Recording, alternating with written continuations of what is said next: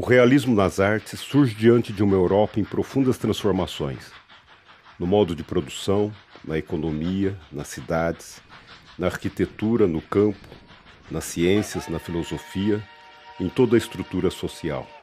Mudanças que marcariam profunda e irreversivelmente toda a sociedade ocidental. Ao tempo que os ventos da Revolução Francesa varrem o mundo com ideais de liberdade, igualdade e fraternidade, a Revolução Industrial, iniciada no século anterior, invade todo o século XIX, provocando alterações no modo de vida pré-existente. Se, por um lado, a Revolução Francesa ascendeu à burguesia a condição de classe social dominante, sobrepujando a aristocracia, a Revolução Industrial aprofunda a nova ordem econômica, política e social. As mudanças estruturais nas cidades, que já não se destinavam a abrigar a vida da corte, atendem à nova exigência ditada por se tornar o locus fundamental de reprodução e expansão do capital. Fábricas, vilas operárias, escolas, hospitais, moradias resumem a demanda do novo espaço urbano. A vitória da produção mecânica sobre o trabalho manual não contribuiu para a prosperidade coletiva. Ao contrário, deposto de suas habilidades manuais e sujeito às regras de um capitalismo primitivo, homens, mulheres e crianças se sujeitavam a jornadas de trabalho ininterruptas de até 18 horas diárias.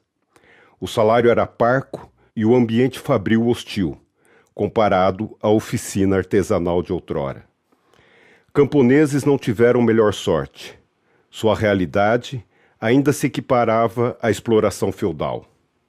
Em A Liberdade Guiando o Povo, Eugène Delacroix, mestre do romantismo francês, retrata a Batalha de 1830, com o vulto das torres de Notre-Dame ao fundo.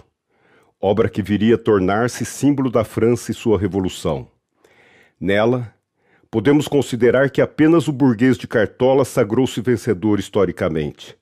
O trabalhador de camisa e o menino empunhando armas certamente não tiveram tal sorte. Em contradição do progresso e desenvolvimento da burguesia, frente à miséria imposta a trabalhadores e camponeses, não poderia passar ao largo da arte em suas diversas manifestações. Assim, como o romantismo foi um movimento em reação ao racionalismo iluminista, em uma época marcada pelo sangue de guerras, uma profunda desilusão em relação à racionalidade e à não concretização de um mundo melhor, o realismo foi uma reação ao seu exagero, sentimentalismo exacerbado, melancolia e idealização.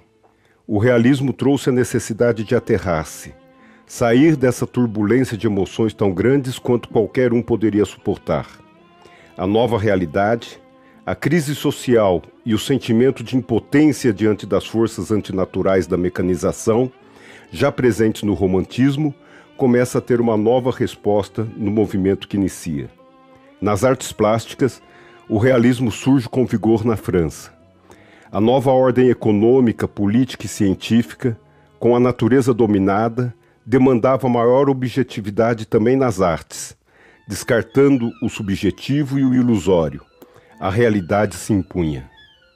Gombrich, no seu livro A História da Arte, uma referência sobre o tema, destaca que em 1848, um grupo de artistas se reuniu na aldeia francesa de Barbizon para observar a natureza com um novo olhar.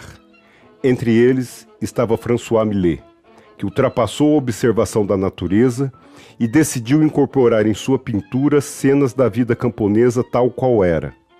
Homens e mulheres trabalhando no campo, resultando assim na tela às respingadeiras, revolucionária para a época.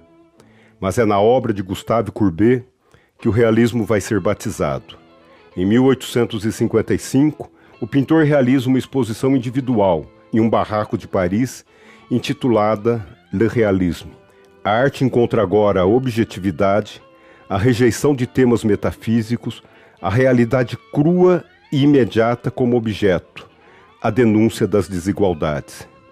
Ele não queria formosura, mas a verdade. Em sua obra, Bonjour, Monsieur Courbet, desmonta a dignidade da arte acadêmica, abdica das poses graciosas, linhas fluentes e cores impressionantes. Ao contrário, Apresenta-se em mangas de camisa, uma espécie de andarilho com a mochila de trabalho às costas. Uma cena corriqueira. Um ultraje aos artistas respeitáveis. Pretendia que seus quadros chocassem a burguesia. Foi de uma sinceridade ímpar. Escreveu em uma carta de 1854: espero ganhar sempre a vida com a minha arte sem me desviar 1 milímetro dos meus princípios, sem ter mentido à minha consciência um único momento, sem pintar sequer o que pode ser coberto pela palma da mão, apenas para agradar a alguém ou vender mais facilmente. Na literatura, o marco fundamental do realismo está na obra Madame Bovary, de Gustave Flaubert, de 1857. A obra critica a idealização do amor e trata de temas polêmicos como adultério e suicídio. Retrata uma mulher sonhadora e infeliz no casamento. Na escultura, o período ganha grande destaque com Auguste Rodin. O artista preocupou-se em representar os gestos humanos de forma simples e realista. No Brasil, o realismo desponta em 1881, quando Machado de Assis abandona o gênero romântico, desencantado com seu conservadorismo, e publica Memórias Póstumas de Brás Cubas. Machado de Assis retrata no livro o Brasil da época, marcado pela escravidão e forte influência positivista. A história é narrada por Brás Cubas, iniciando suas memórias pela própria morte e não pelo nascimento. Na sequência, em Dom Casmurro e Quincas Borbas, Machado de Assis traça um perfil crítico e irônico da sociedade burguesa e corrupta do Brasil do século XIX. Já na pintura, o realismo se manifesta através de Almeida Júnior, que após concluir o curso de Belas Artes, parte para a França para aprimorar seus estudos, entre 1876 e 1882. Inspirado em artistas do realismo, representa os costumes e as cores do homem regional, do caipira do interior paulista, através de telas como Caipiras Negaciando, Caipira Picando Fumo, Amolação Interrompida e O Violeiro. Almeida Júnior foi o primeiro artista brasileiro a retratar a vida cotidiana, o homem do interior, em contraposição à monumentalidade da arte em sua época. Voltando à França de Courbet, a solidariedade do artista com os mais pobres transparece em suas pinturas. Os Quebradores de Pedra, de 1849, Os Camponeses de Flagey, Os Peneiradores de Trigo, dão a tônica do perfil do homem que participou intensamente da Comuna de Paris e era admirador do anarquismo de Proudhon.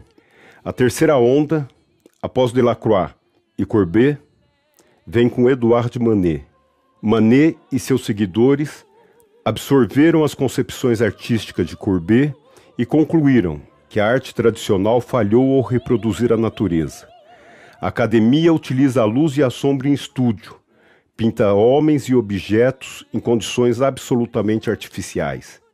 Manet promove verdadeira revolução na reprodução das cores, abandona o método de sombras suaves, utilizando contrastes fortes e duros. Buscava pintar tal qual o olhar humano percebe a sua realidade, sem as artificialidades do estúdio. A crítica dos artistas e críticos conservadores se avolumam, levando os pintores acadêmicos a recusarem sua participação no Salão de Artistas Franceses de 1853. A onda de manifestações que se seguiu levou as autoridades a realizar o Salão dos Recusados. Sua tela, As Corridas de Longchamp, de 1865, traduz um pouco o estilo do artista. Um olhar despreocupado veria apenas alguns riscos, cavalos com apenas 2 pernas, o que na realidade retrata o olhar humano em cenas reais. Um jovem artista se junta a Manet no desenvolvimento de suas ideias. Claude Monet. Radical, Monet incentiva Manet e seus amigos a não dar mais uma pincelada sequer em estúdio, uma mudança de hábito que implica diretamente numa mudança de método. Pinceladas rápidas e livres para capturar o instante, a luz, o movimento. A falta de acabamento, a abordagem descuidada enfurecia os críticos. Observe a estação de Saint-Lazare. As figuras aparecem vagamente, pessoas transitam, Fumaça cobre o ambiente que é invadido pela luz.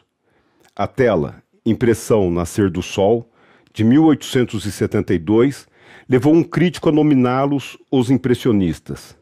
O rótulo pegou, mas isso já é uma outra história.